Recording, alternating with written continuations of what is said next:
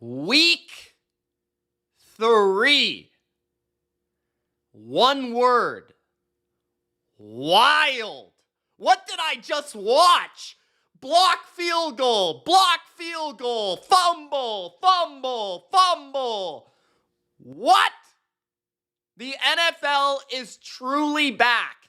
It took 3 weeks to truly get the Any Given Sunday feature of the NFL, but it's back in a big way. This week was wild. We had some big upsets like the Cleveland Browns over the Green Bay Packers. We had some wild comebacks and some crazy covers. Philadelphia and Los Angeles. We had some last-second dramatics with the 49ers and the Cardinals. We had a team that probably should have lost win, the Pittsburgh Steelers, the New England Patriots. We had a lot. Blowouts, close games, everything in between.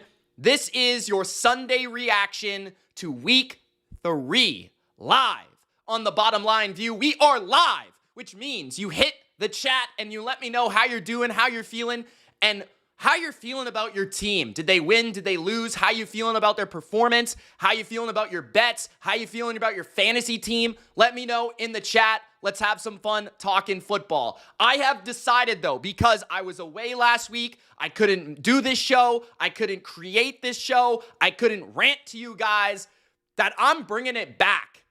Yeah, that's right. I'm bringing back the greatest show to ever exist on The Bottom Line View. The name is The Bottom Line. Last week, we did a Tuesday NFL review show. We are bringing that back.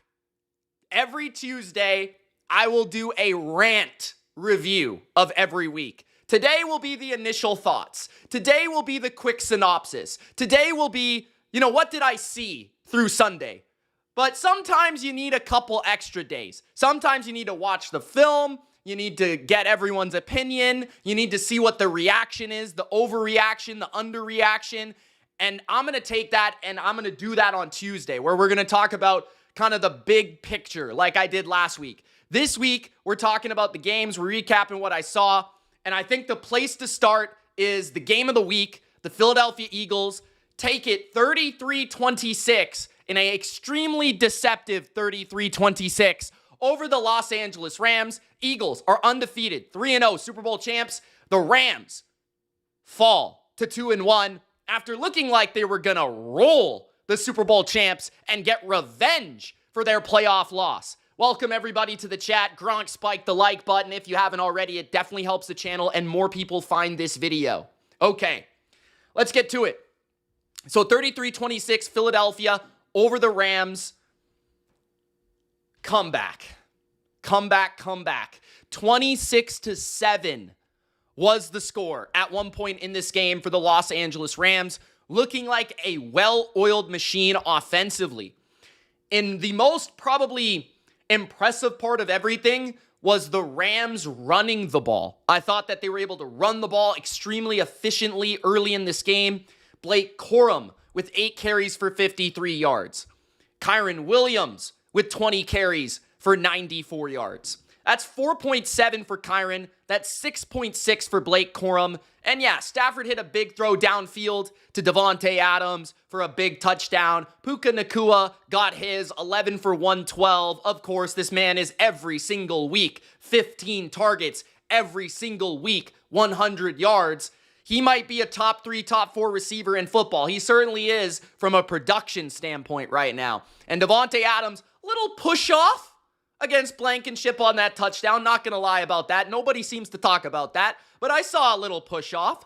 Meanwhile, on the other side, the Rams were absolutely wrecking the Eagles' offensive line. Lane Johnson goes down. Matt Pryor is in. Saquon, Matt Pryor, don't know who to block. Sacks left and right. Jalen Hurts, what do you know? 3.5 seconds holding on the football. You're going to get sacked, buddy. What do you think's going to happen? Eventually, you're going to get sacked when you don't have the Hall of Fame guy blocking you, right? Jared Verse had a sack. Byron Young had a sack. Poona Ford had a sack. Jalen McCullough had a sack. 4 sacks by the Rams, especially early in the game. Early in the game, The Eagles actually got an interception on the first drive of the game. Zach Bond set up a drive for the Eagles to go up 7-0, which was even crazier because the Eagles were up 7-0. Then it was 26 consecutive points. 26 by the Los Angeles Rams. The Eagles couldn't do jack diddly squat on offense. They couldn't run the ball, and even Saquon finished with 2.6 yards per carry. Jalen Hurts had a modest rushing day, and most of it actually came scrambling at the end of the game. Jalen Hurts couldn't throw the ball. They looked broken. Bro, the Philadelphia Eagles looked shattered, broken, splattered all over the football field. They couldn't do shit, all right? And then all of a sudden, what happened? You asked Mitch, what happened? What turned this game around for the Philadelphia Eagles? While you Gronk spike the like button, jabroni, do it right now. A.J. Brown turned the game around. A.J. Brown. Big Al will tell you right now, A.J. Brown turned this game around. 6 catches, 109 yards on 10 targets, including a touchdown that looked like Randy Moss in 2007, mossing a man.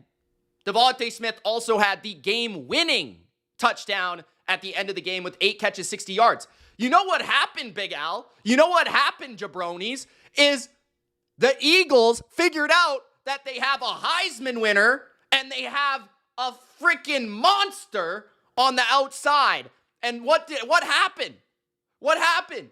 Oh, we're facing 5'8.5", 5'9", maybe 5'10" on a good day. Kobe Durant with the biggest NBA 2K creative player name I've ever seen in my life, getting just absolutely manhandled by a grown man, A.J. Brown.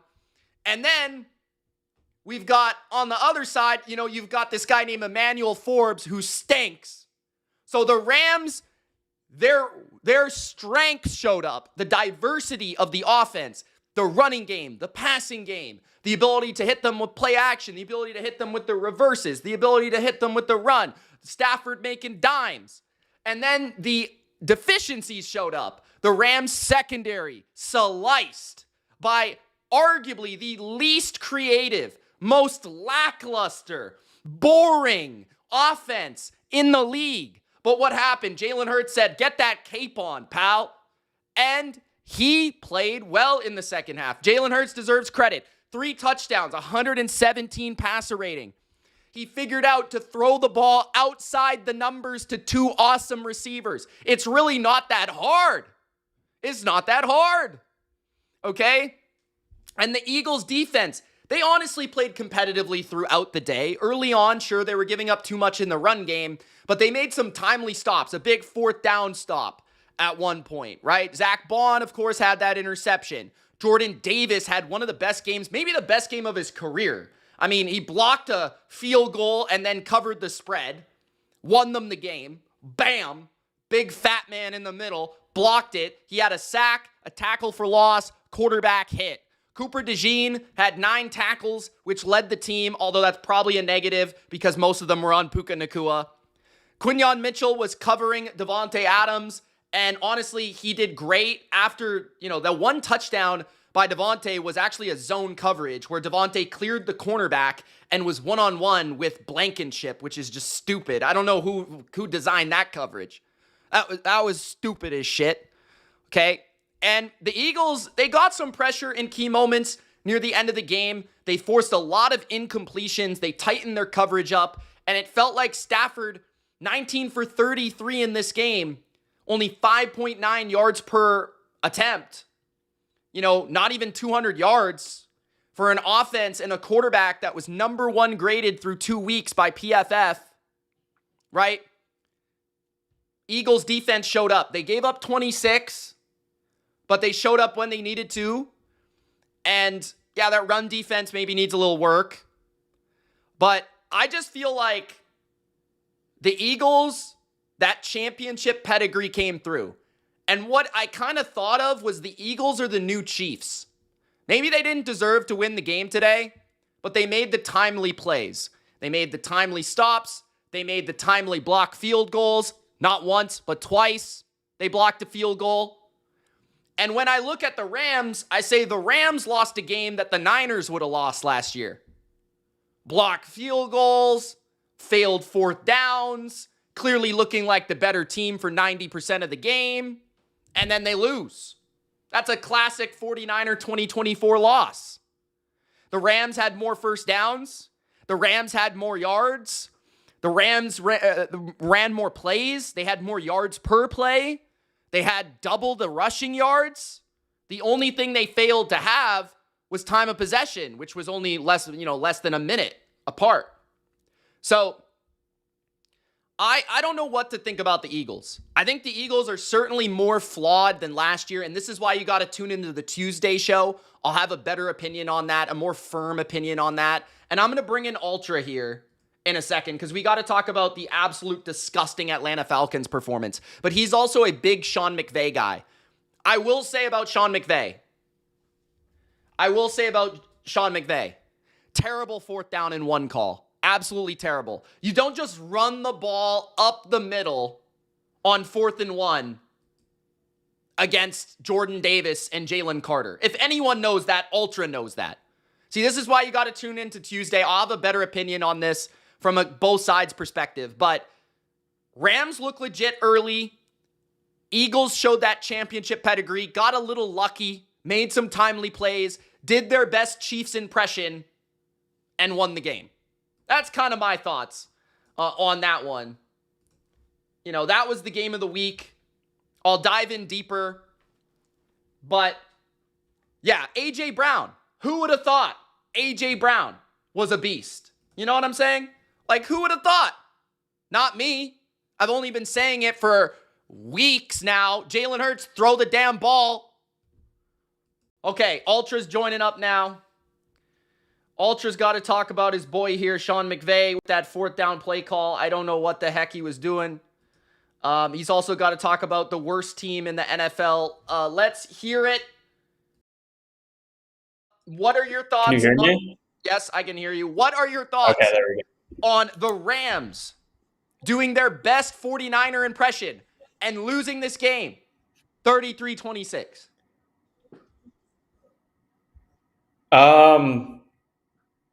It was a really weird game. Like, for two teams that could legitimately play in the Super Bowl this year, I thought it was a really sloppy game. Every game this week was sloppy. Every game was very sloppy, to be fair. Most teams were sloppy other than like a few. I thought, the game kind of, it started off with the Stafford threw a pick, and then the Eagles scored a touchdown. And then for the rest of the first half, the Rams just completely dominated the Eagles. Really, one of the unsung things of the game was in the second quarter, the Rams they kicked 3 field goals. Yeah. They got into the red zone and they kind of bogged down. If they get a touchdown on just one of those drives, probably end up winning the game. But the Eagles in the first half, the Eagles offense looked even worse than they've looked through 2 weeks. Like, Jalen Hurts was awful. Their offensive line couldn't protect. They weren't running the ball very well. They didn't really run the ball that well. Saquon was, third straight week, Mitch, where Saquon has been really not what he was last year, which I think we all... Saquon, do you think that's the offensive line not being as good? Do you think that's the teams playing them better, understanding they only run 3 plays? Like, what do you think that is? I think it's a combination of, he had probably the best season any of us have seen, at least in the last 15 years for a running back, maybe ever, including the playoffs. And so obviously it's hard to repeat that. I don't think the line's quite as good. It's dealing with some injuries right now. They also lost Lane Johnson in this game. Mekhi Becton is, that was a big part of their run game last year too. Yeah, and you actually flagged that a couple of times in the offseason. We were talking about the Eagles. But I thought, in the second half, the Eagles fumble and then the Rams score a touchdown right away, and it's 26-7. If you watched consensus, I said, when I said this game, I thought the winner of this game was going to win it by double digits. Like, I thought the winner of this game was going to make a statement. And at that point, it looks like the Rams were making the statement. They were completely owning the game on both lines of scrimmage. And then the game changed once the Eagles discovered the forward pass, which is really weird. It turns out the Rams secondary has some issues. They couldn't really hold up in man coverage very well in the second half. I thought the Eagles' The offensive Rams line corners did a were a really good. problem, bro. I A thought the Eagles' problem. offensive. I thought the Eagles' offensive line did a really good job as well. With in terms of picking up blitzes, they took Later in Pryor the out of game. the game. They took Pryor out of the game and they put Johnson in the game, and they held up a lot better after that. Well, like Hurts early played in the well. game, the Rams were just blitzing all the time, and they were getting It looked there. like a playoff game again. Yeah. And then in the second half, they weren't getting there, and the corners started to become exposed. But I feel like the Rams kind of know they have to blitz because they know they can't cover as well. They can't cover these guys. Yeah. And the Eagles found out. And I just want to give a quick prayer to Steven. I hope he's not on suicide watch. Like, he had the Rams plus 4.5 and 3.5 and money line, and he parlayed the Rams and the over. Sickening. And he lost it on the last play of the game. That is sickening, bro. I'm sorry. This was a sickening week. I thought for a lot of teams, I thought some of the decisions by the coaches were weird on both sides. Like I hated the play call from McVay on 4th and 1. And then I hated the Eagles play call right after that. They went for a 4th down and it got completely blown up. I hated that. What about the one on 4th down where Hurts almost threw a pick? Hurts almost threw 3 or 4 interceptions in the second half that the Rams dropped. I will say Hurts played really well in the second half. Hurts was great though. Yeah, I will say that in the second half he looked very composed, and I thought he honestly outplayed Stafford. In this game.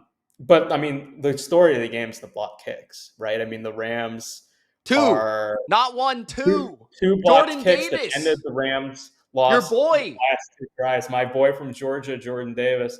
Georgia was really good. That 21 defense that had all the first rounders on it, they were really good at blocking kicks that year. And it showed because the Eagles have drafted a bunch of those guys now. Showed up in this game. The Rams were up 5. They were going to kick a field goal to go up 8. If they make that field goal, they probably end up winning the game. It gets blocked. And then the last kick got blocked again. So, I mean, it was just it was a game of 2 halves. It was a sloppy game, I thought. I thought the story of the game, obviously, was the block kicks and then also the Eagles' offensive line settling in and the Eagles' red zone defense in the first half kind of keeping them in it a little bit. But I don't know, man. I'm not taking a ton away from it. It was a really close game. I think both teams are good. I think both teams will be in the playoffs. I think both teams can do damage once they get in the playoffs. So, I mean, it was just a really good game. Let's get to the Falcons and the Panthers because I can't even believe this score. Like, literally, I knew the game happened. And when I pulled up the box score, I had to look at it 3 times. And I was like, it literally ended 30-0. Like, they didn't even score a single point. Your Atlanta Falcons didn't score a single point, Ultra, against the Carolina Panthers. Literally, not even figuratively, the worst defense in the history of the NFL last year, bro. I don't know where to start. Not second. I mean, 0. Where do I begin? 0. First of all, and this is going to sound crazy, but I truly believe this. I don't think the Falcons defense played that badly in this game. From what I watched, Carolina had. Let's go over it. Bryce Young had 121 yards. Bryce Young had 121 yards. Yeah. Hubbard had an okay game, 73 yards. Dowdle had 30 yards. That probably came later in the game.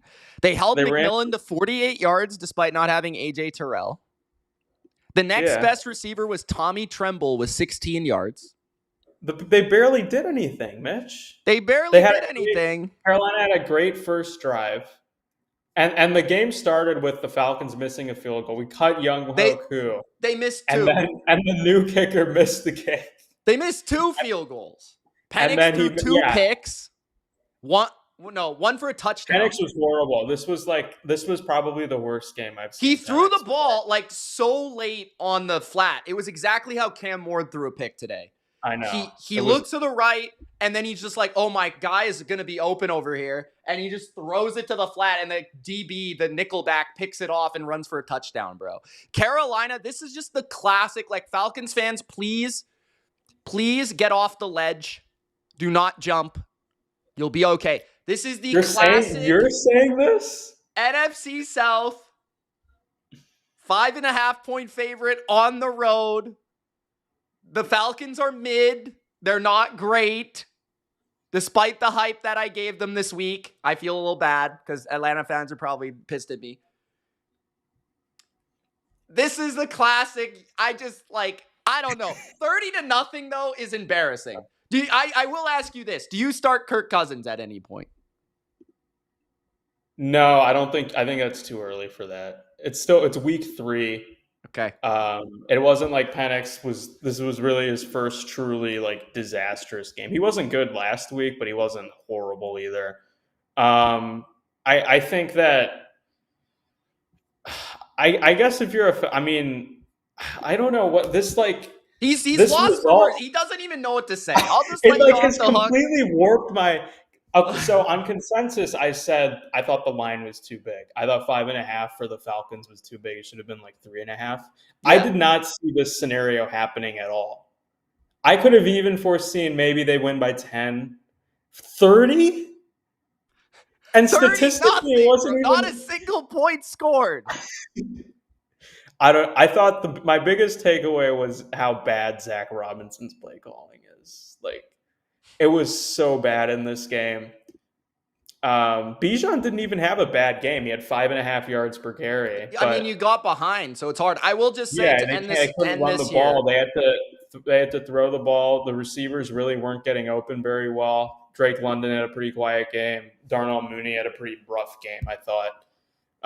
Kyle Pitts had a Kyle Pitts game. So I don't know. I guess if you're a Falcons fan, we play the Commanders next week, and then we get a bye. That's a huge game. Probably going to be 1-3. That's a huge entering game. Monday Night Football against the Bills. Oh. And then after that, it's Sunday Night Football in San Francisco. But the Falcons could be 1-5. You guys suck.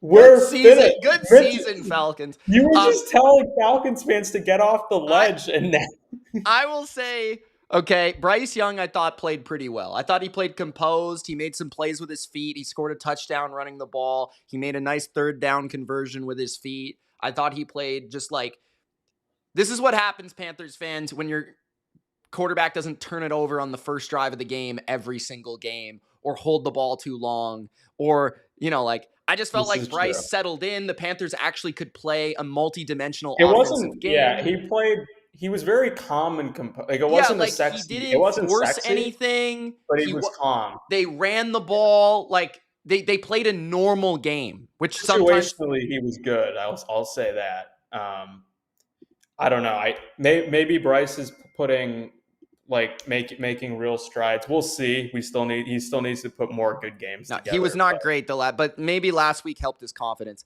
Okay, let's get to something else. I don't know. Ultra, do you have a take before I let you go? Like, do you have like one take about one game or anything that you want to get off your chest? Take about one game.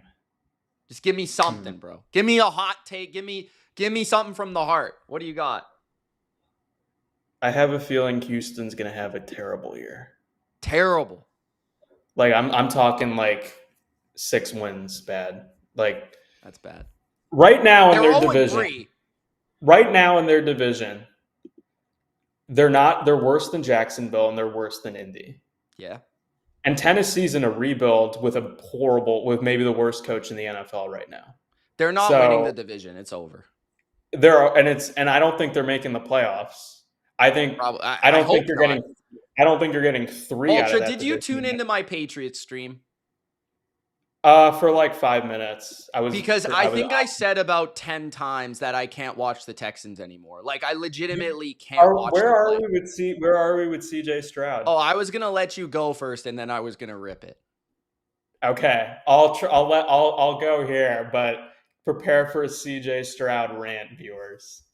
Thanks for having me on. All right, thanks, Ultra. Appreciate it, man. the Sean McVay and Atlanta Falcon extraordinaire ultra, who you can see on BLV versus Consensus only on Patreon, guys. That's $3 a month. For that, Ender Kant, myself, we talk about the NFL every week. We talk about each game and preview it. But he basically said it. 17-10 Jacksonville. Texans are finished. Texans are done. Texans are fried. They're 0-3. They're not winning their division. They're not making the playoffs. Period. End of story. You heard it here first. It's over. It's over. CJ Stroud,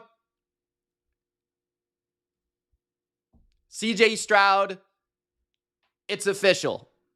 I may have loved CJ Stroud coming out of Ohio State. I may have thought CJ Stroud as a rookie was a baller, a sensation. CJ Stroud officially sucks. He sucks. Again, I can't sit here and be a hypocrite. I can't sit here and say, Trevor Lawrence, he has all these excuses. Caleb Williams, he has all these excuses. Patrick Mahomes, he has all these excuses. I can't sit here and say that Trevor Lawrence, Patrick Mahomes, Caleb Williams, whichever quarterback I want to point out and rip apart. I can't sit here and say that and then proceed to defend CJ Stroud, who, sure, his offensive line is not good. We all understand his offensive line stinks. We get it. But you know what doesn't stink about CJ Stroud's team? Nico Collins is pretty good at football.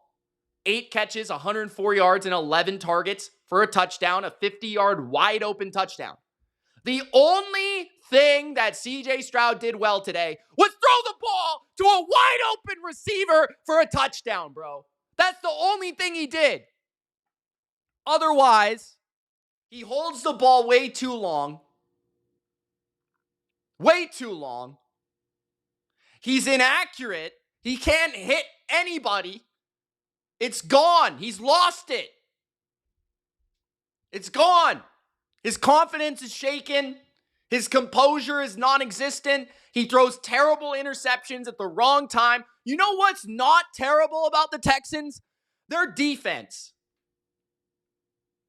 Their defense has held them in every game this year.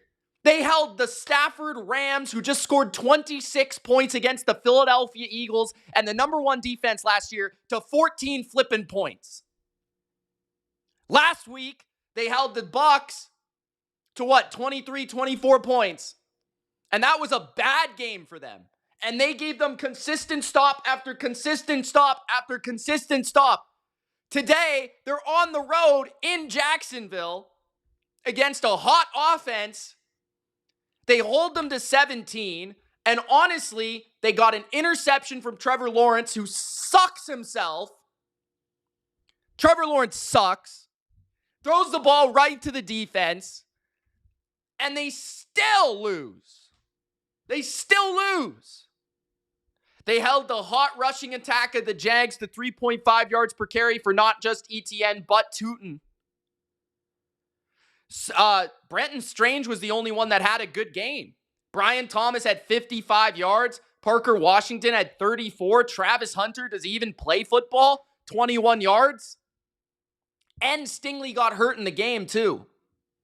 CJ Stroud stinks. It's over. I'm done. And I was saying it repeatedly during my broadcast. I can't watch the Texans. They are unwatchable. They can't run the ball.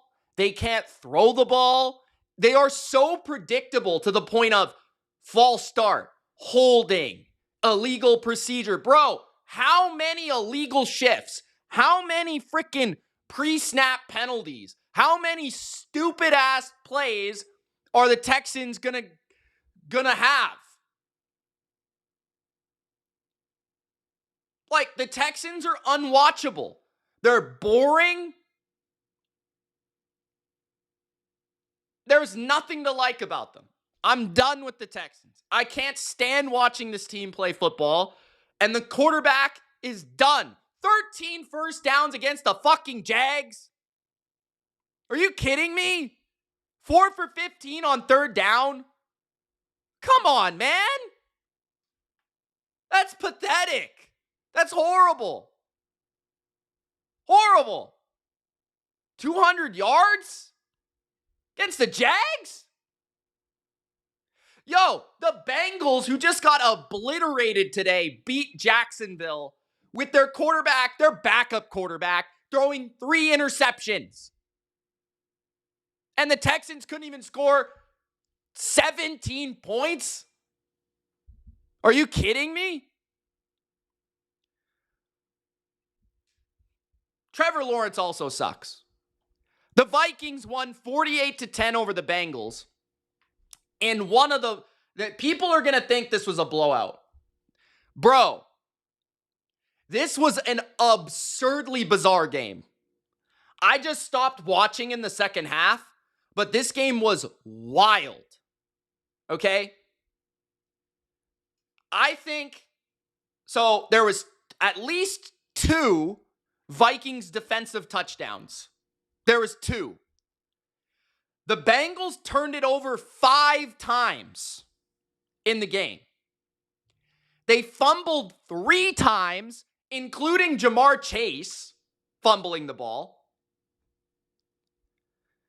The Vikings, just early in the game, it felt like the Bengals had the ball, drove the length of the field, and then coughed it up like 4 times.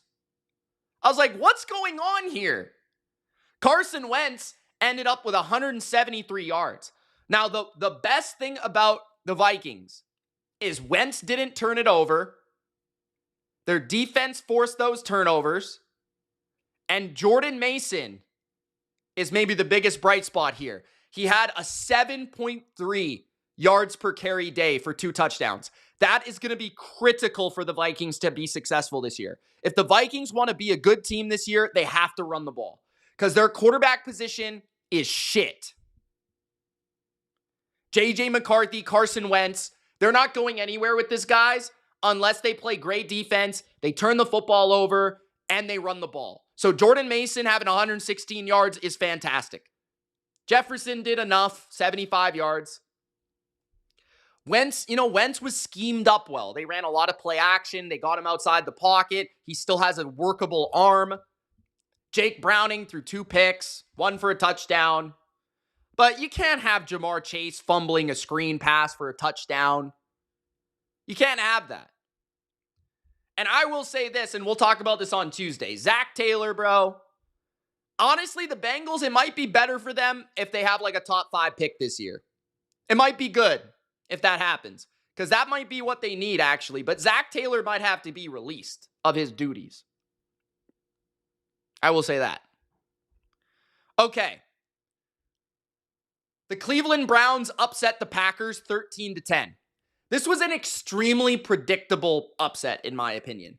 I don't know why I didn't bet the Browns. Maybe it's just because it's the Browns. Okay?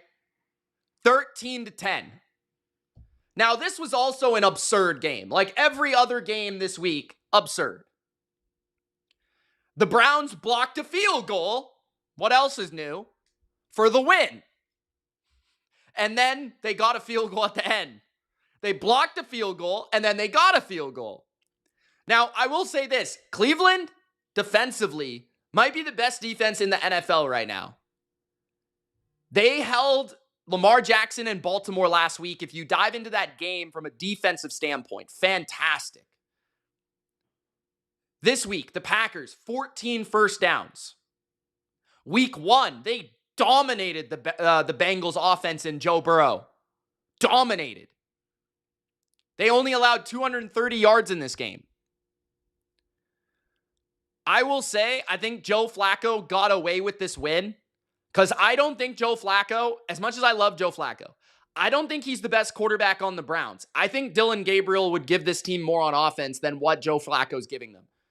He can't move at all, and he always turns the ball over. Like every game, he turns the ball over, and he has no movement. Luckily, Quinshon Judkins is a beast, apparently, with 18 carries for 94 yards and 5.2 yards per carry and a touchdown against the Packers, who hadn't allowed anything on the ground so far this year. To Jahmyr Gibbs, to the Commanders, nothing. Flacco had 142 yards. a 56 passer rating, and Cleveland won the game. What did they do? They stopped Josh Jacobs for under 2 yards per carry. Yes, he's an American hero, Big Data. Welcome back, brother. But he's washed. I mean, he's washed. He came off the couch. Come on, bro. Matthew Golden, at least he was a little bit of a bright spot. He had 4 catches on 4 targets for 52 yards, which actually led the Packers, and he had done nothing previously. That's maybe one takeaway. But the Packers, they don't have Reed, and they don't have Watson right now. So they're missing a little bit of gas, a little bit of explosion in that receiving core. And the Browns took full advantage of that. They took away Jacobs, and they did their thing. They play their man coverage, and the Packers really couldn't separate out there. They couldn't make those plays. Love was harassed. For once, Love actually was under pressure. The Packers' offensive line has looked fantastic. In this game, Love was sacked 5 times. So this game kind of reminded me of the Niners losing to the Browns in Cleveland 2 years ago. That's kind of what it reminded me of. Schlesinger had a sack. Malik Collins had a sack and a half, who's been playing really well for Cleveland this year. Myles Garrett, half a sack. Mason Graham, half a sack. Alex Wright, a sack. Rashawn Gary did have 2 sacks today for the Packers. But this was a defensive battle. The game was 10-0 for ever. The Packers were up 10-0. I didn't even think Cleveland was going to score a point for a while. Cleveland didn't score until the 4th quarter. They didn't score until 3:58 left in the damn game. And they won the game. They didn't score until 4 minutes left. It was 10-0. And then they got a field goal. And then they scored a touchdown after an interception on Jordan Love. So Jordan Love with a critical mistake at the wrong moment. When you're in that type of game, Jordan Love's young. He better learn this in playoff time. When you're in that type of defensive battle, defensive struggle, you've got a great defense. You don't turn the ball over, man. You don't turn the ball over. They score a touchdown, then they get a field goal after the blocked field goal, and they win. 13-10 Cleveland. Great win for them. Where else do I want to go before Sunday Night Football? The Seahawks just smashed the Saints. I don't really have anything to say, but very impressive win, 44-13. Kenneth Walker got multiple touchdowns. JSN right now performing like a top 10 receiver in football. Sam Darnold, that offense starting to cook a little bit. Very few incompletions. 14 for 18 on the game. Seattle's defense dominated. Spencer Rattler in this game. I just wonder when the Saints, I know that Spencer Rattler hasn't been that terrible this season, but you have to wonder, when are they going to go to someone else? Just because Spencer Rattler literally has not won a game in 10 starts in the NFL. He literally has not won a single game. So I wonder when the Saints are going to make that switch. That's all I really have to say about that. And again, guys, I'll review again in depth on Tuesday. Chargers beat the Broncos 23-20. This was a really good game. Justin Herbert with one of the most absurd throws you've ever seen. Rolling outside the pocket to the left, getting pressured, getting hit, rips the ball for a touchdown, bro. Unbelievable. I don't even do that play justice with what happened. That was like drop the mouth. My God, that was insane. Now, I will say, I don't know how this game was 23-20. The Chargers had 29 first downs. The Broncos had 9. You want me to say that again? The game ended 23-20. Chargers win. They had 20 more first downs in the game. The Broncos had numerous big plays. Cortland Sutton, wide, butt-ass naked open for a touchdown. Bo Nix sucks. Bo Nix sucks. 14 for 25, 153 and a touchdown. The number one thing that pisses me off about watching Bo Nix, his head is always at the ground. Keep your head up. He's always looking at the damn ground, bro. He's always running around in a circle like this. Keep your head up, man. He's always... J.K. Dobbins had a ridiculous touchdown. He caught the ball with one hand. Freaking looked like Allen Iverson. Put it through his legs. Alley-ooped. Bro. What else we got here? Quentin Johnston, I thought, had a really good game. 6 for 89 on 10 targets.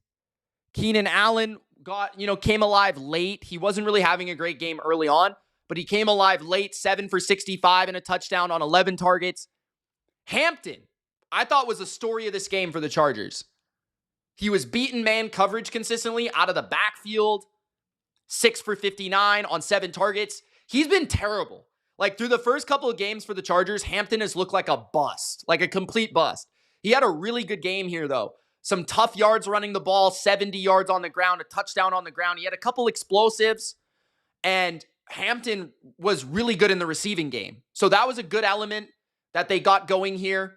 Ladd McConkey had some key third down conversions, but was relatively quiet throughout the day. What else is there to say about this game?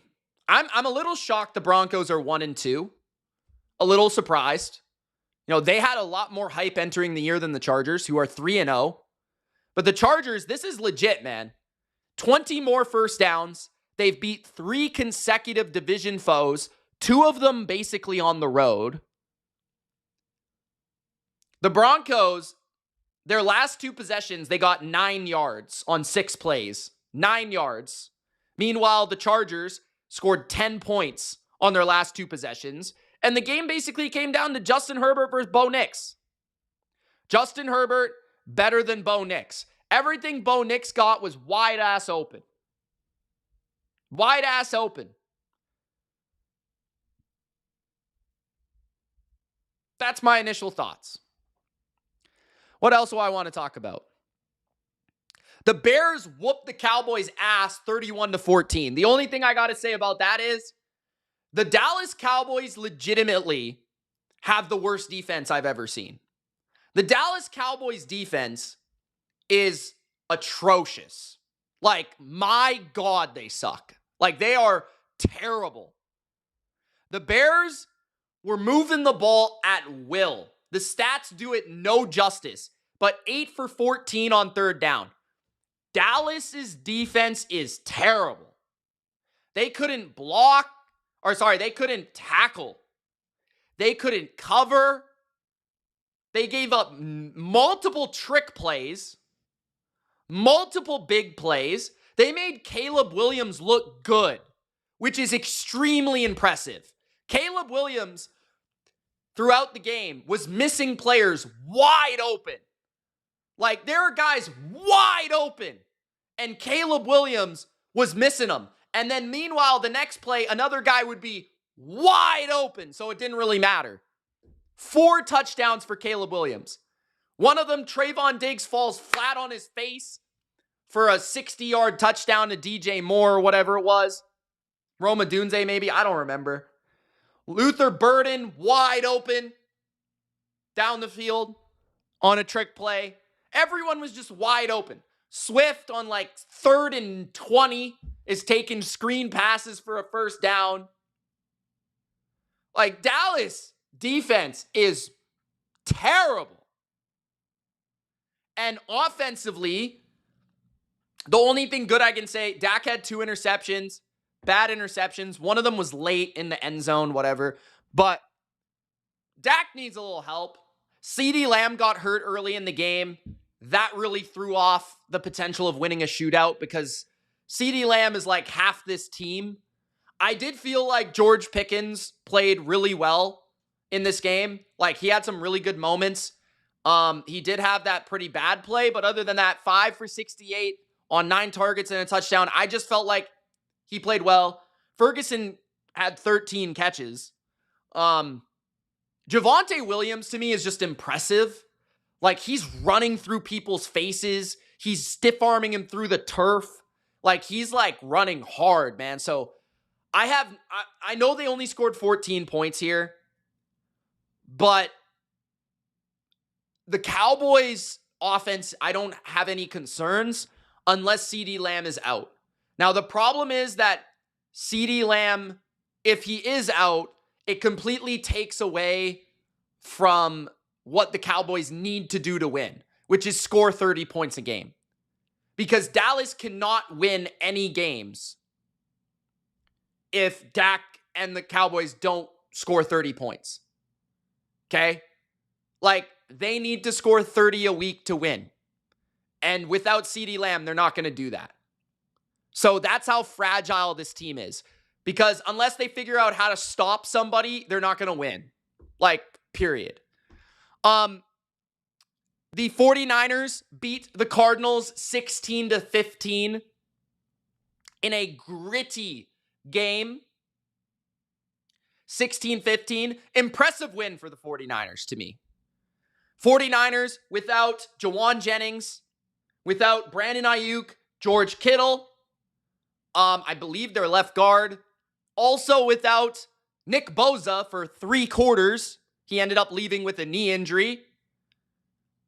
The 49ers defense continues to shine. And I felt like Mac Jones came through in the clutch when he needed to. He had some bad moments. Interception wasn't ideal. But I thought the worst play he made was the safety in the end zone. At that time of the game, that's a terrible, terrible play. But he made a number of big throws down the field. He made a number of tight window throws. And he also came in clutch on the last drive, moving the team down the field with what is a pretty pedestrian receiving corps. Now, I will say Christian McCaffrey continues to be the best receiving running back I've ever seen in my life. He had 10 catches for 88 yards. And one thing I think Purdy can learn from Mac Jones is any time that you just need a completion and you need to get the ball out, just throw it to Christian McCaffrey. That's if Purdy can do anything better, when he returns, just get it to the check down of Christian McCaffrey, because that seems to be what bails this offense out. Ricky Pearsall was phenomenal, and I think he's a star. I think Ricky Pearsall by the end of the year will be discussed as a top 30 receiver in the NFL. He had 8 catches for 117 yards on 11 targets, and he's clearly the best guy out there. They don't have a number 2. Kendrick Bourne actually, did some good things for a guy that's basically walked off the street onto the team. He had 4 catches for 38 yards. He has that rapport with Mac Jones, right? That rapport with Mac Jones, which is great. And he didn't look too bad. He ran the right routes. He caught the ball. But Pearsall, he's a deep threat. He made a huge catch down the field to set up the Kyle Juszczyk touchdown. He's converting third downs. He's actually catching the ball down the field quite often, 14 yards per catch. McCaffrey kind of the underneath check down. Pearsall, that second and third layer receiver. And then everyone else kind of contributed in between. Mac, again, I thought Mac's arm looked good here. He was ripping the ball. He was confident. He was decisive. And he's a little ballsy with some of his throws. So is Purdy. Only 1 sack taken. But I felt there was a stretch there where Mac was, that 4th down play wasn't the best. That safety wasn't the best. The interception, obviously not ideal in that moment in the game. But he did enough to win this defensive battle. Kyler Murray, meanwhile, I didn't think he played terribly, but I would not say he played well. He didn't turn the ball over. He did make some nice runs, 37 yards on the ground. But really, as a passer, there was nothing out there. There was no downfield element for the Cardinals outside of 1 long completion to Marvin Harrison Jr. and 1 long pass interference in the end zone, which, by the way, an interference in the end zone on a player that wasn't even intended to get the ball. Green hauled down a receiver who was behind the player that was getting the ball, who dropped the ball. That was crazy. Trey McBride was held in check for the most part. He did score a touchdown, 43 yards, 5 catches, which is a modest game for Trey McBride, who's a phenomenal player. James Conner, man, unfortunately got injured in this game. I love James Conner's 9 carries for 22 yards, 2.4 yards per carry. Did not have a great game. But overall, I thought that James Conner getting hurt just sucks because he's a great guy and he's a warrior. He's a lot of fun to watch. Benson took over from there. You could tell there was a big moment in the game where DeMarcado dropped a pass that James Conner probably would have caught. That was pretty big. I did think that McCaffrey, despite his yards per carry, had some really nice runs. Also, Brian Robinson had some pretty key runs in this game. Only a couple, but some key runs. I thought McCaffrey when he saw some daylight, he looked explosive. Marvin Harrison Jr. is not good. I'm sorry.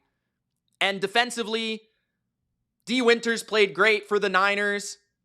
I thought that Mykel Williams, when he was in there, played really well. Without Nick Bosa, they were still getting pressure. Robert Saleh called some timely blitzes, especially early in the game. Fred Warner played phenomenal. For the Cardinals, I thought their interior D-line played really well, whether it be Calais Campbell, Dalvin Tomlinson. I thought they played really well. Josh Sweat made some plays in this game too. But the Niners won a nasty one, a defensive battle. The main thing I would say, though, is they survived the time of possession battle. Time of possession was for the Cardinals all day. They went on long drives. But despite that, the Niners still had more yards and more first downs. The Cardinals at one point in the game, though, they had 9 more minutes of possession. They were just eating the clock. Despite that, the Niners were still the more explosive and efficient offense, and to me made the bigger defensive plays in the key moments. So they win 16-15. We're going to finish off this live reaction. Sunday Night Football is just kicking off now. We're going to finish this off. Congratulations to Tampa Bay and Washington, who also won their games. That Tampa finish was dramatic. Jets block a field goal that would have sealed the game away for Tampa Bay. Will McDonald returns it for a touchdown. Congrats to Tampa, fighting and persevering through injuries. Mike Evans leaves the game. They find a way. Baker Mayfield is a fucking warrior. Love that guy. He's top notch. He's MVP quality. They go down. They storm down the field. Emeka Egbuka, catch after catch after catch. They win the game with the McLaughlin field goal. Commanders, no difference. No difference between Jaden Daniels, Marcus Mariota. They win the game 41-24 with 41 points. Yeah. Commanders look good in that game. Raiders look bad. Period. I'll cover that game more on Tuesday. But I got to finish off with the Patriots, man. We talked about it during my live stream. Guys, if you haven't already, Gronk, spike the like button and subscribe. Okay? Subscribe to the channel if you haven't already. Patriots lose 21-14 to the Pittsburgh Steelers. This was one of the worst losses as a Patriots fan that I can remember. This was an example of a team clearly outplaying their opponent, clearly being the superior team, and losing the game. Bill Belichick said it best. You can't win the game before you keep yourself from losing. This was an example of a team beating themselves. And honestly, as a fan, I'm not that upset. I'm not that depressed. I'm not going to sit here and cry. The Patriots look good in this game, but they beat themselves. Drake May played a really good game. He's our best player. 28 for 37, 268. Led the team in rushing, 7 for 45. He tossed 2 touchdowns. He had a 102 passer rating. He was intercepted at the goal line. The ball was deflected by the Hall of Fame defensive tackle. Cam Hayward made a timely play at the end of the first half. Unfortunate. Kayshon Boutte was wide open. Great schemed up call by Josh McDaniels. Unfortunately, ball was deflected and intercepted. Now, that sequence was huge in the game because I felt like we should have ran the ball at least once. We threw the ball 3 times. The first 2 plays were covered well by Pittsburgh. Good defense. Third play was wide open, but unfortunately deflected. It happens. But what was worse about this, man, are veteran running backs. Antonio Gibson fumbles the ball after Ramondre Stevenson fumbled the ball twice. Stevenson fumbles the ball at the 2-yard line, fumbles the ball in the first drive. Pittsburgh has a short field on the first drive, scores a touchdown immediately. New England needs to be better on the first drive of defensive games. That's first 2 drives in a row, or first 2 drives out of 3 games that they've allowed a touchdown.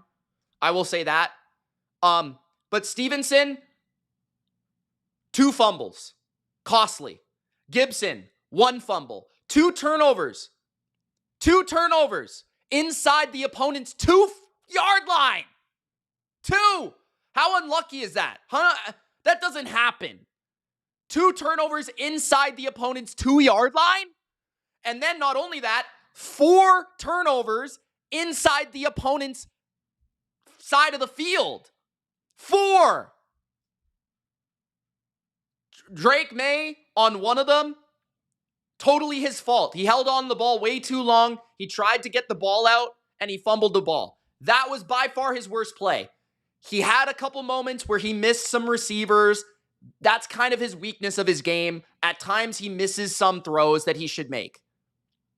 But otherwise, man, this guy, effortless athlete, running around TJ Watt like it's no big deal, converting 4 out of 5 fourth downs, throwing seeds down the field to average receivers. Hunter Henry had a great game. 8 catches for 90 yards. Our offense actually played really well, man. I know we scored 14 points, but we moved the ball at will. 26 first downs, 369 yards, 71 offensive plays. That might have been the most of any team today. 71. 50% on third down. Like, our offense looked great. I know the Steelers defense has struggled, but we beat ourselves. We beat ourselves. The biggest depressing thing I would say about the offense is we couldn't run the ball better. We couldn't run the ball better despite the Steelers allowing a 100-yard rusher, Breece Hall, 100-yard rusher, Kenneth Walker. Our running backs all sucked today. Henderson got 11 carries. He did nothing with them. Stevenson sucked. Antonio Gibson fumbled the ball. Jaylen Warren is a good player. I give him credit. 5 catches for 34 yards, 47 yards on the ground. Rodgers looked, for the most part, really bad. He threw a nice touchdown to DK Metcalf, and Calvin Austin beat Marcus Jones for the game-winning touchdown. He was wide open. But the Steelers look like a bad football team. I know that I'm talking about this way about a 2-1 team that just won the game, but they look bad, man. Like, this is a very fraudulent 2-1 team. Their offense did nothing. Their offense had 1 yard. From the second quarter through the third quarter, they had 1 yard. 1 yard. And we lost. DK Metcalf was invisible outside of a couple screens. And I will say this about New England, man. Demario Douglas continues to fuck up. 4th down, game on the line, he jumps backwards. He's always off in his route running with Drake May. He doesn't sit in the zone coverage. Bro, smarten up. Smarten up. But the Patriots are a much better team than their record suggests. And I believe they're better than this game. 5 turnovers, man. Sloppiness. That's what lost us this game. Penalties. The first drive of the game, the Steelers drive all the way down the field, and it's 3rd and goal. We stop them. They call pass interference. Automatic first down at the 1. Like, we had 5.2 yards per play. They had 4.1. The penalties were pretty even, but they only turned it over 1 time. And we turned it over 5 times. But not just 5 turnovers. Only 1 of them was an interception, and it was batted in the air. 4 fumbles. That's inexcusable, because fumbles are mostly luck. Like, anyone would tell you that. Fumbles are mostly luck.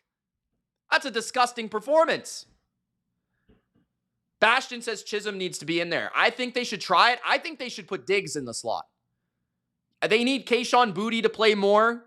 I think Kyle Williams needs to get a chance on the outside. Henry's been great. Hooper's been solid for his role. The running game needs to be better. Like, stop putting the ball on the ground. But I'm very encouraged by Drake. I'm encouraged by the offense. The offensive line had its moments of weakness. We did allow 5 sacks today. Part of that's on Drake, of course. We didn't have a single sack against Rodgers, which was a bit depressing considering they're not a good offensive line. But he only had 139 yards. So really, what can I complain about when the quarterback has 139 yards and every throw he's throwing is a screen? So, yeah, I just want to say the Patriots, they'll bounce back. I think they're getting better, especially offensively. This was a shitty loss, but we have a prime bounce back game next week against Carolina. Carolina, we should beat Carolina 9 out of 10 times. It's at home. We should beat them 9 out of 10 times. I know they won today 30-0, but okay. We should win that game. So we should be 2-2. But this was a tough loss. It's still, we can make it up, but I'm not going to get too mad. It's just, it is what it is. But I just want to say the Steelers are not good. Like, the Steelers are not good. Do not buy into the Steelers. Do not buy into the Steelers. I just want to say that, okay? All right, guys. That's where I'm going to end this reaction for Sunday. Appreciate everybody tuning in. Again, I will review the week once again with some rants and some feelings on Tuesday. I will be back after Sunday Night Football with my Sunday Night Football recap. Looks like the Giants just drove down the field. And did they go for it on 4th down and not get it, or what happened?